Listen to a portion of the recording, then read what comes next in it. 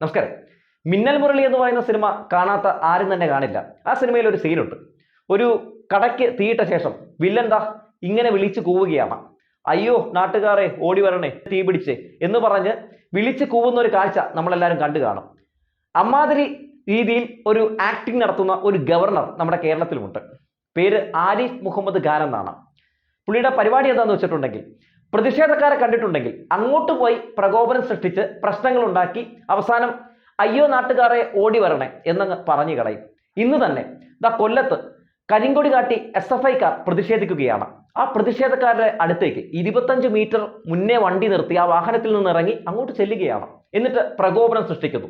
ഒരു സംഘർഷം ഉണ്ടാക്കാനുള്ള എല്ലാ രീതിയിലുള്ള സംഭവങ്ങളും അവിടെ അരങ്ങേറ്റുകയാണ്. നാടകീയമായ സംഭവങ്ങൾ. പിന്നീട് അവിടെ ഇരുന്ന് പ്രധാനപ്പെട്ട കൂട്ടുകാരായിട്ടുള്ള കേന്ദ്രത്തിന്റെ ചില ടീമുകളെയൊക്കെ വിളിക്കുകയാണ്. ഏത് കേന്ദ്ര ആഭ്യന്തരമന്ത്രിയുടെ സെക്രട്ടറിയെ വിളിക്കുന്നു. ഇവിടെ ഭയങ്കര പ്രശ്നമാണെന്ന് എന്ന രീതിയിലൊക്കെ പറയുകയാണ്. അപ്പോൾ അവർ പറയാണ്, നിനക്ക് നാളെ മുതൽ Z കാറ്റഗറി പ്ലസ് സുരക്ഷയൊക്കെ തരികയാണോ എന്നങ്ങ് പറഞ്ഞു കളയുകയാണ്. കേൾക്കുമ്പോൾ ഇതൊരു രസകരമായ വാർത്തയായി തോന്നുമെങ്കിലും ഗവർണർ ഈ കാണിച്ചു കൂട്ടുന്ന എല്ലാ പുകിലുകളും ബ്രേക്കിംഗ് ന്യൂസുകളാണ്, ദേശീയ വാർത്തകളാണ്.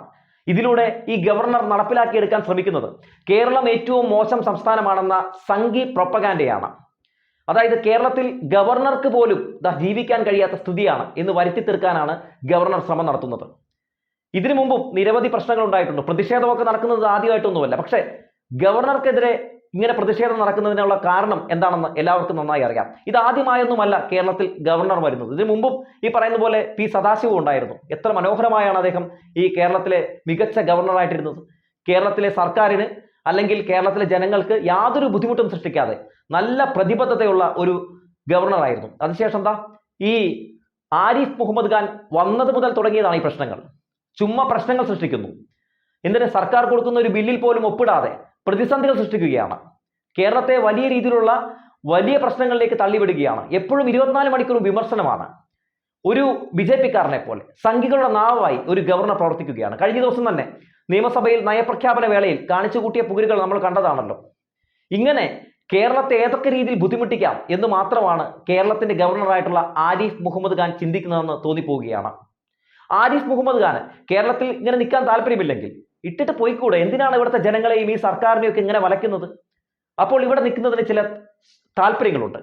എന്തൊക്കെയോ ചില താല്പര്യങ്ങൾ നടപ്പിലാക്കി എടുക്കുന്നതിന് വേണ്ടിയാണ് അദ്ദേഹം കൂടെ നിൽക്കുന്നതെന്ന് സംശയിച്ചാൽ തെറ്റു പറയാൻ പറ്റില്ല. കാരണം ആരിഫ് മുഹമ്മദ് ഖാന്റെ ഇതുവരെയുള്ള പ്രവർത്തികൾ എടുത്ത് പരിശോധിച്ച് നോക്കിയാൽ BJP-ക്ക് വോട്ട് ബാങ്ക് രാഷ്ട്രീയം കളിക്കാൻ പറ്റിയ ചില വീഡിയോ ക്ലിപ്പുകൾ കിട്ടി എന്നതിനപ്പുറത്തേക്ക് കേരള സർക്കാരിന് എന്ത് രീതിയിലുള്ള ഒരു ഗുണമാണ് ലഭിച്ചതെന്ന് ചോദിച്ചാൽ ഒന്നും തന്നെയില്ല. പ്രത്യേകിച്ച് ലോക്സഭാ തെരഞ്ഞെടുപ്പ് അടുത്തിരിക്കെ ഇത്തരത്തിലുള്ള ചില നാടകീയ രംഗങ്ങൾ, ചില നമ്പറുകൾ എന്തായാലും ഇപ്പോൾ ആരിഫ് മുഹമ്മദ് ഖാന്റെ ഭാഗത്തുനിന്ന് ഇങ്ങനെ വന്നു വീഴുന്നുണ്ട്. ഇപ്പൊ തന്നെ ആ വിദ്യാർത്ഥികൾക്കെതിരെ 17 പേർക്കെതിരെ FIR ഇട്ടിരിക്കുകയാണ്. അങ്ങനെ ഇതിനു മുമ്പ് നടന്ന പല പ്രതിഷേധങ്ങളിലും SFI പ്രവർത്തകർക്കെതിരെ നിരവധി FIR-കൾ ഇടിച്ചിരിക്കുകയാണ്. അതും ജാമ്യമില്ലാ വകുപ്പ് പ്രകാരം. ഒന്ന് ആലോചിച്ച് നോക്കണം. ഈ ചരിത്രത്തിൽ ആദ്യമായിട്ടായിരിക്കും ഒരുപക്ഷെ ഒരു ഗവർണർ വിദ്യാർത്ഥികളെ ബ്ലഡി ക്രിമിനൽസ് എന്ന് വിളിക്കുന്നത്. വിദ്യാർത്ഥികളെയാണ് ഇങ്ങനെ വിളിക്കുന്നതെന്ന് ആലോചിച്ച് നോക്കണേ. എത്രത്തോളം നിലവാരമുണ്ടെന്നൊന്നും ഞാൻ പറയുന്നില്ല. പക്ഷേ ഒരു ഗവർണറും എത്ര വലിയ പ്രതിഷേധമാണെങ്കിലും ഇങ്ങനെയൊന്നും വിളിക്കാനേ പാടില്ല, ഇങ്ങനെയൊന്നും ആകാനേ പാടില്ല. പക്ഷേ അങ്ങ് വിളിച്ചു പോവുകയാണ്. ഒരുപക്ഷെ മറ്റ് സംസ്ഥാനങ്ങളിൽ ജനിച്ചു വളർന്നതിന്റെ ഗുണമാകാം. വിദ്യാർത്ഥികളെ ബ്ലഡി ക്രിമിനൽസ് എന്ന് വിളിക്കുന്ന സംസ്കാരം ഒരു ഗവർണറിന് ഒട്ടും ഭൂഷണമല്ല. എന്തായാലും ഇന്ന് നടന്ന ആ പ്രതിഷേധത്തിന്റെ ക്ലിപ്പിംഗ്സ് നമുക്കൊന്ന് കാണാം.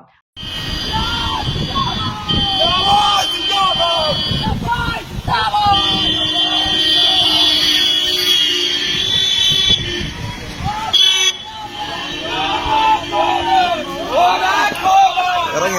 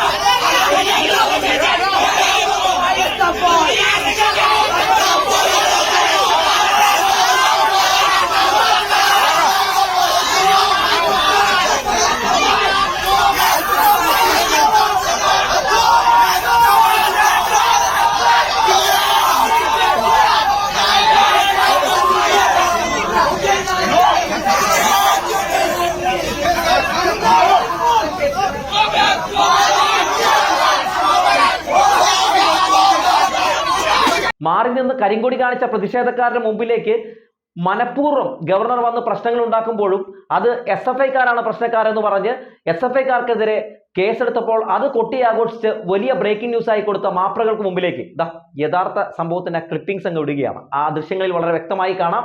വാഹനം 25 മീറ്റർ മുന്നേ നിൽക്കുന്നതും അവിടെ നിന്ന് ഈ ഗവർണർ വരുന്നതും സാർ അങ്ങോട്ട് പോകല്ലേ എന്ന് ചില പോലീസ് ഉദ്യോഗസ്ഥർ പറയുന്നതും ഒക്കെ കാണാം. എന്നിട്ടും ആ വാക്കുകളൊന്നും കേൾക്കാതെ ഗവർണർ അങ്ങോട്ട് പോയിട്ടുണ്ടെങ്കിൽ, ഗവർണർ ഈ SFIക്കാരുടെ ഇടയിലേക്ക് പോയി അവിടെ പ്രകോപനം സൃഷ്ടിച്ചിട്ടുണ്ടെങ്കിൽ അതിന് കുറ്റക്കാരൻ ഗവർണർ മാത്രമാണ്.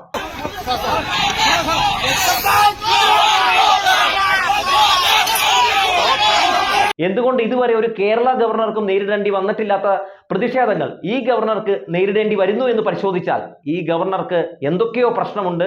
ആ പ്രശ്നം എന്താണെന്ന് വരും ദിവസങ്ങളിൽ ജനങ്ങൾക്ക് നന്നായി തന്നെ മനസ്സിലായിക്കൊള്ളുമെന്ന് പറഞ്ഞു വെച്ചുകൊണ്ട് ആ വിഷ്വലുകൾ കാണാം.